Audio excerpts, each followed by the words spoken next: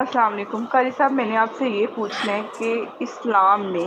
یہ جو insurance company کا کام ہوتا ہے جس میں آپ ڈفرینٹ لوگوں کے سیونگ اکاؤنٹس بنواتے ہیں، ٹھیک ہے، جس میں ڈفرینٹ لوگ اپنے اکاؤنٹ بنواتے ہیں جس کو بیمہ پالیسی، انشورنس پالیسی کہتے ہیں، ان کو پھر ان ریٹرن ڈبل ہو کے یا کچھ گنا بڑھ کر ملتا ہے، اور اس میں سے اگر آپ بنواتے ہیں،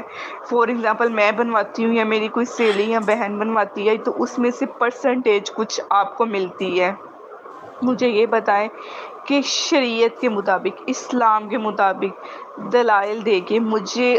جو ہے نا، آپ کسی بھی قرآن پاک کی صورتوں کا یا احادیث کا حوالہ دے کے ثابت کریں کہ یہ بات یہ جائز ہے یا ناجائز۔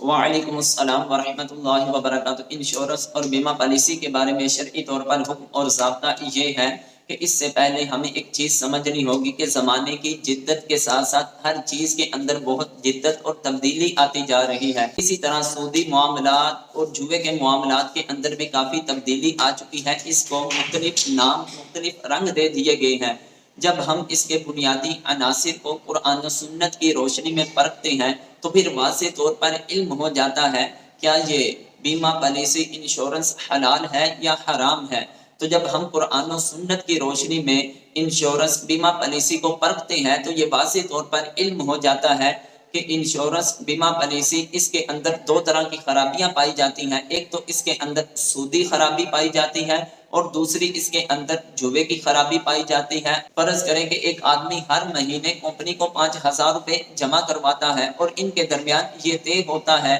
کہ اگر کوئی حادثہ، کوئی نقصان ہو گیا تو کمپنی اس آدمی کو اتنی مالیت دے گی۔ فرض کریں کہ اس نے ابھی کمپنی کے اندر 50,000 روپے جمع کروائے اور اس کا نقصان ہو گیا تو کمپنی کی طرف سے اب اس کو 50,000 روپے نہیں بلکہ جو معاہدہ ہوا تھا 2 لاکھ، 4 لاکھ، 5 لاکھ، جتنا بھی معاہدہ طے ہوا تھا وہ کمپنی اس کو دے گی۔ اب دیکھیں کہ اس آدمی نے صرف 50,000 روپے ابھی جمع کروائے اور اس کا نقصان ہو گیا، اور نقصان ہونے کے بعد 50,000 روپے کے بدلے اس کو 2 لاکھ، 3 لاکھ، 5 لاکھ، 10 لاکھ مل رہا ہے۔ یہ جو زائد رقم مل رہی ہے یہ سود ہے، کیونکہ ضابطہ یہ ہے کہ جب انسان کسی کو قرض دے اور قرض کے بدلے جو انسان کو نفع حاصل ہو وہ سود ہوتا ہے۔ اور سود کی حرمت کے بارے میں بھی اللہ کی ذات نے قرآن مجید میں واضح طور پر ارشاد فرمایا وَأَحَلَّ اللَّهُ الْبَيْعَ وَحَرَّمَ الرِّبَا۔ اللہ کی ذات نے بیع کو، کاروبار کو، لین دین کے معاملات کو حلال کیا اور سود کو اللہ کی ذات نے حرام قرار دیا۔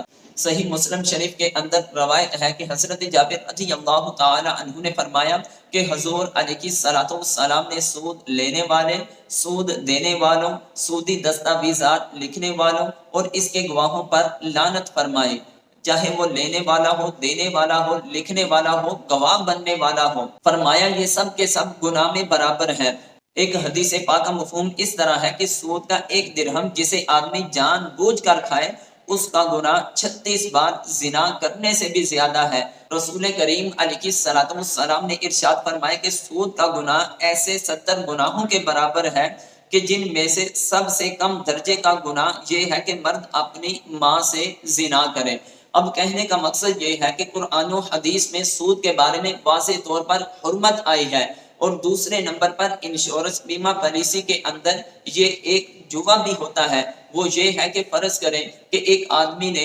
5,000 روپے ہر مہینہ اس کمپنی میں جمع کروانے ہیں۔ جب 5,000 روپے ہر مہینہ کمپنی میں جمع کروا رہا ہے، مسلسل کرواتا جا رہا ہے، اور طے یہ ہوا تھا کہ گھر میں کوئی نقصان ہوتا ہے، مالی طور پر، جانی طور پر نقصان ہوتا ہے، کمپنی کی طرف سے مجھے مالیت ملے گی۔ اب وہ نقصان ہوتا نہیں ہے یا 2 یا 3 مرتبہ وہ کمپنی کو مالیت دے دیتا ہے اور پھر وہ اس کو چھوڑنا چاہتا ہے۔ چھوڑنے کی صورت میں، نقصان نہ ہونے کی صورت میں جتنے بھی اس نے مالیت جمع کروائی ہوتی ہے وہ تمام کی تمام کمپنی کی ملکیت میں چلے جاتی ہے، وہ پیسے دینے والے کو اس کی رقم واپس نہیں ملتی ہے۔ اس اعتبار سے یہ جوا بھی ہے، دھوکہ بھی ہے، فراڈ بھی ہے، اور اس کو بھی قرآن مجید میں اللہ کی ذات نے حرام قرار دیا ہے کہ یا ایھا الذین آمنوا انما الخمر والمیسر والانصاب والازلام رجس من عمل الشیطان فاجتنبوہ لعلکم تفلحون۔ شراب، جوا اور پانسا، یہ بتوں کے تیر، یہ جتنے کے جتنے بھی ہیں، اور یہ تمام کے تمام